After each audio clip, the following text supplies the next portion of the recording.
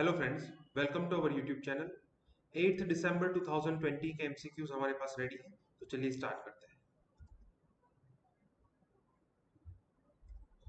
Question number 1, which of the following statement is or are correct about elephant corridors? First, elephant corridors are narrow strips of land that connect two large habitats of elephants. Second, elephant corridors allow elephants to continue their nomadic mode of survival. And third, these corridors play a crucial role in sustaining wildlife by reducing the impact of habitat isolation. तो चलिए देखते हैं correct answer क्या होगा।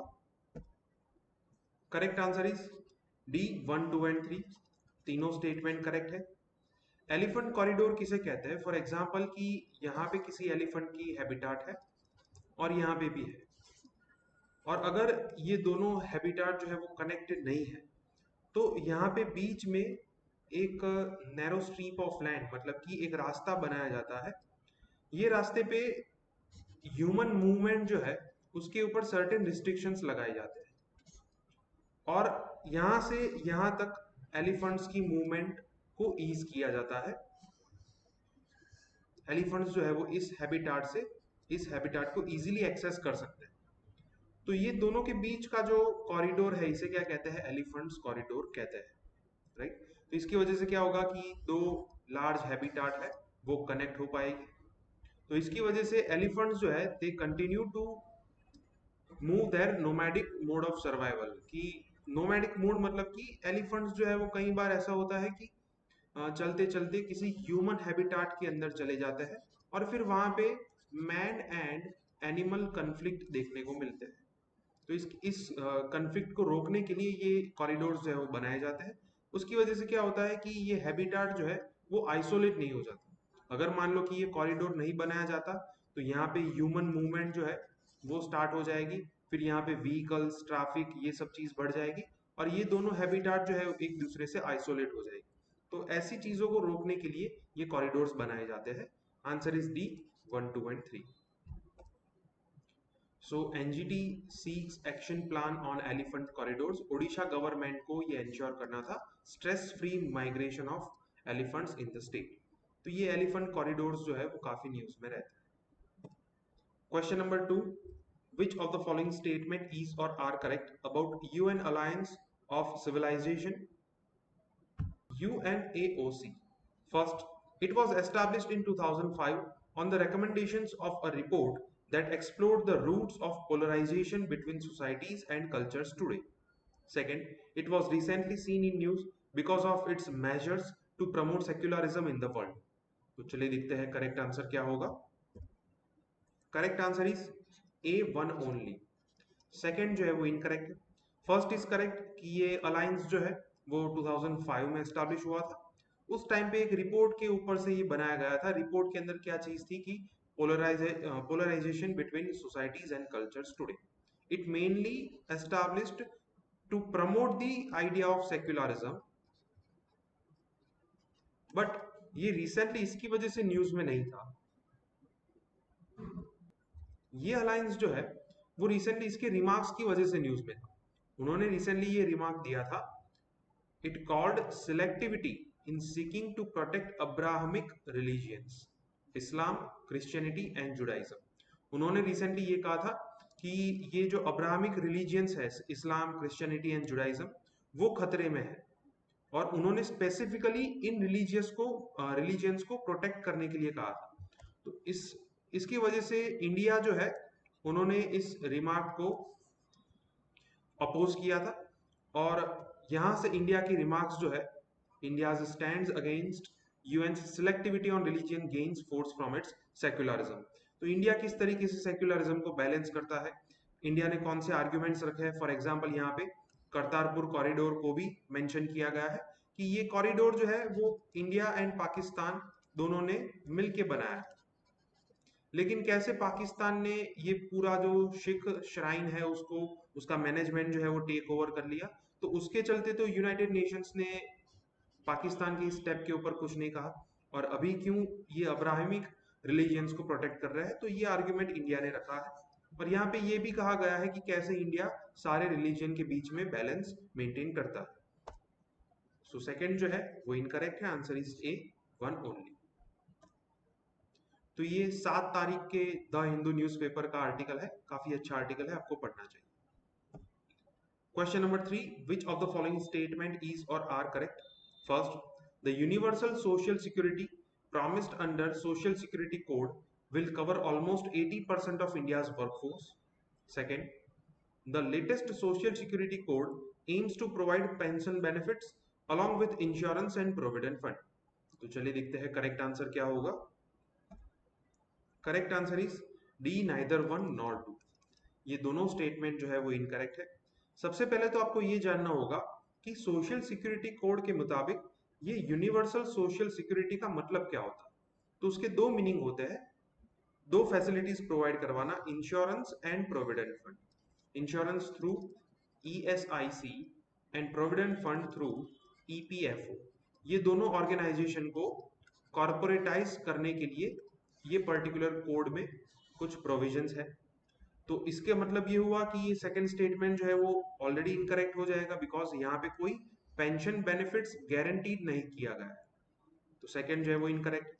अब ये benefits जो है वो किसे मिलेंगे, तो उसके लिए ये जो 7 तारीख के न्यूज़पेपर में आर्टिकल है, यहाँ पे दिया गया है कि the establishments belonging to employing only 10 workers और मोर। तो इन एस्टैब्लिशमेंट्स के अंदर जो वर्कर्स हैं उनको ये यूनिवर्सल सोशल सिक्योरिटी के बेनिफिट्स मिलेंगे, इंश्योरेंस एंड प्रोविडेंट फंड। तो जिस एस्टैब्लिशमेंट के अंदर 10 से कम लोग काम करते हैं उनको ये बेनिफिट्स नहीं दिए जाएंगे। And this leaves out nearly 80% of all Indian workers the informal sector. मतलब कि इंडिया का जो इनफॉर्मल सेक्टर है उसमें से 80% लोग इसमें से एक्सक्लूड हो जाएंगे। यहाँ पे आपको स्टेटमेंट में क्या लिखा है कि it will cover almost 80% of India's workforce. तो ये पूरा ऑपोजिट स्टेटमेंट है, इस वजह से ये स्टेटमेंट जो है वो गलत हुआ। Answer is D, neither one not. तो ये काफी अच्छा आर्टिकल है जिसके अंदर ये कहा गया है कि ये जो लेबर कोड्स है it will only better India's ease of doing business ranking instead of improving conditions of employment. दूसरा, यहाँ पे जो एम्प्लॉय स्टेट इंश्योरेंस है उसके बारे में एक केस दिया गया है, उसके ऊपर से हम दूसरा क्वेश्चन देखेंगे। Question number 4, which of the following statement is or are correct about the state of employees state insurance in India? First, it has employed sufficient number of doctors per 1 lakh population. Second, ESI coverage is recorded more in industrialized states than other states. तो चलिए देखते हैं correct answer क्या होगा। Correct answer is B, second only. First जो है वो incorrect है। ये दोनों स्टेटमेंट के आंसर भी आपको इस आर्टिकल में मिलेंगे जहां पे ये कहा गया है the ESI employed around 6 doctors पर 1 लाख बेनिफिशियरीज इन 2016। WHO क्या रेकमेंड करता है, 100 डॉक्टर्स पर 1 लाख पॉपुलेशन। तो यहाँ पे आप देख सकते हैं कि ये सफिशिएंट नंबर नहीं है, तो इसकी वजह से ये फर्स्ट स्टेटमेंट जो है वो गलत होगा, बिकॉज ESI ने 6 डॉक्टर पर 1 लाख पॉपुलेशन एम्प्लॉय किया है और इसका सैंक्शन या फिर WHO मेंटेन्ड स्टैंडर्ड क्या है, 100 डॉक्टर्स पर 1 लाख बेनिफिशियरीज। तो ये काफी कम है। फर्स्ट इज इनकरेक्ट, सेकेंड जो है वो करेक्ट है। ESI जो है it followed the map of industrialization, जहां पे आप देख सकते हैं कि जो तमिलनाडु और बाकी सारे जो इंडस्ट्रियलाइज्ड स्टेट्स है, कर्नाटका एंड तमिलनाडु, वहां पे ESI कवरेज जो है वो 20% है। और उसके ऑपोजिट अगर हम बिहार की बात करें विच इज लेस इंडस्ट्रियलाइज्ड, तो वहां पे ESI कवरेज जो है वो सिर्फ 0.7% है। तो यहाँ पे आप देख सकते हैं कि किस तरीके से ESI कवरेज जो है वो इंडस्ट्रियलाइज्ड स्टेट में ज्यादा है as compare to non industrialized state. तो सेकंड जो है वो करेक्ट होगा, answer is B, second only.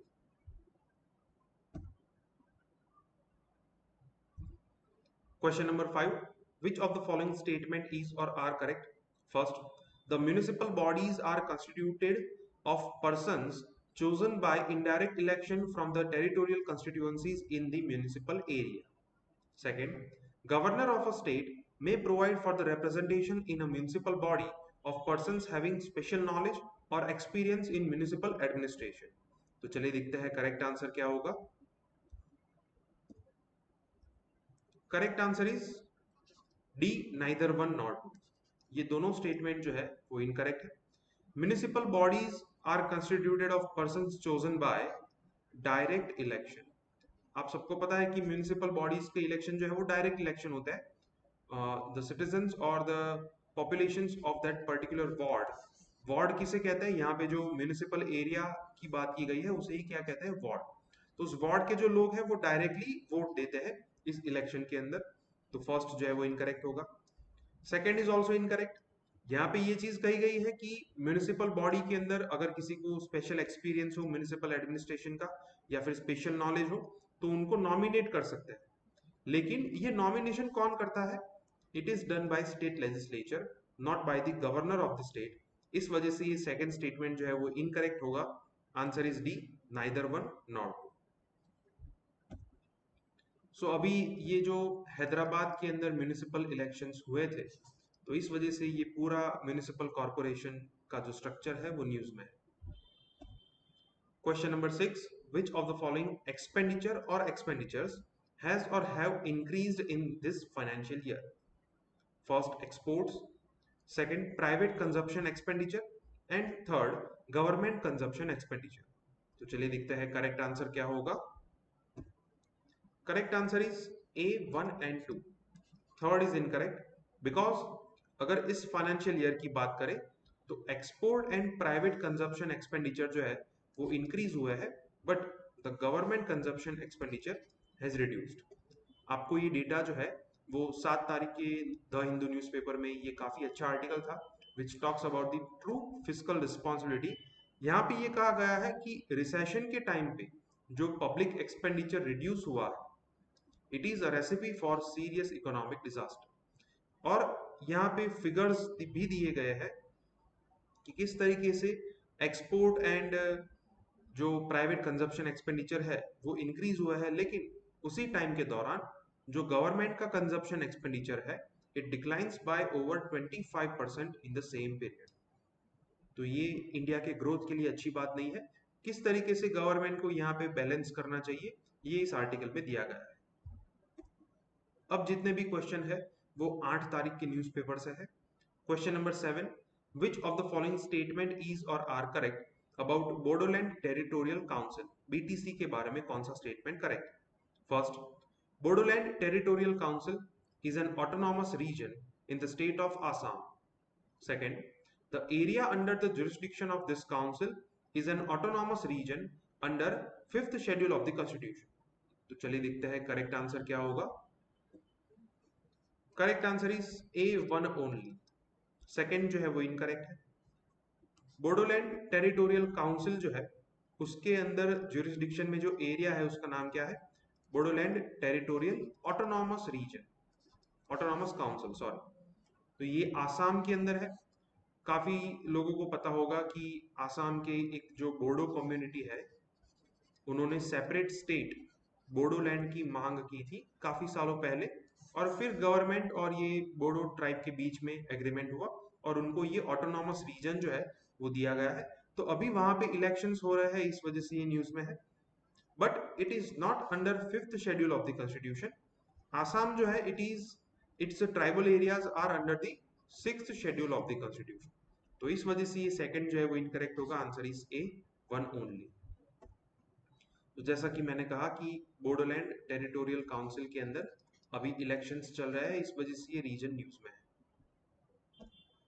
Question number 8, which of the following category will be added in prison statistics India by NCRB. NCRB का मतलब होता है national crime records bureau, for the first time. मतलब question में ये पूछा गया है कि एनसीआरबी के द्वारा प्रिजन स्टैटिस्टिक्स ऑफ इंडिया के अंदर इनमें से कौन सी कैटेगरी सबसे पहली बार ऐड की जा रही है। Option A, tribal criminals; option B, crimes against woman; option C, transgender; and option D, cyber crimes. तो चलिए देखते हैं करेक्ट आंसर क्या होगा।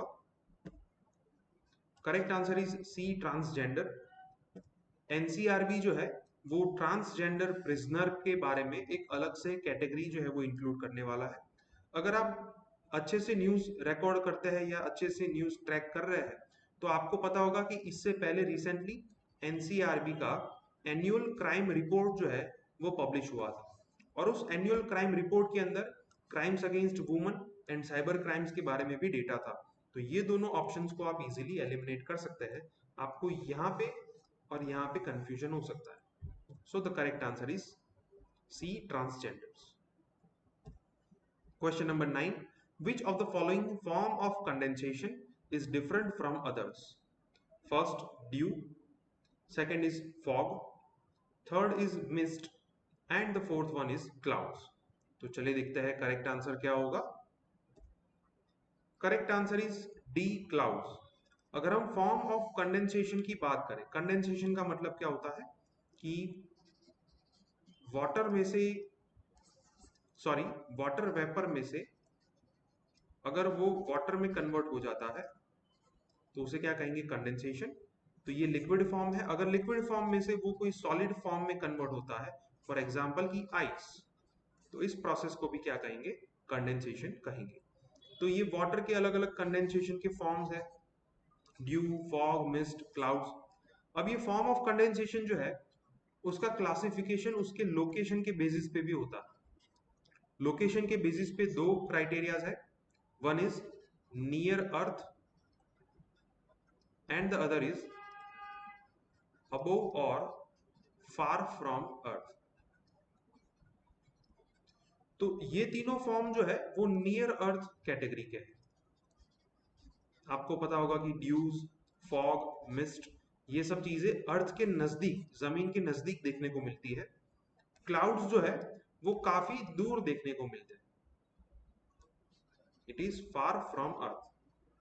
तो इस वजह से ये फोर्थ ऑप्शन जो है वो बाकी के तीन ऑप्शन से अलग है। हमारा आंसर होगा D, clouds.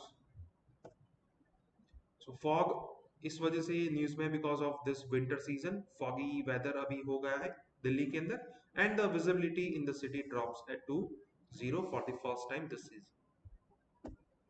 Question number 10. Which of the following statement is or are correct about minimum support prices, MSPs?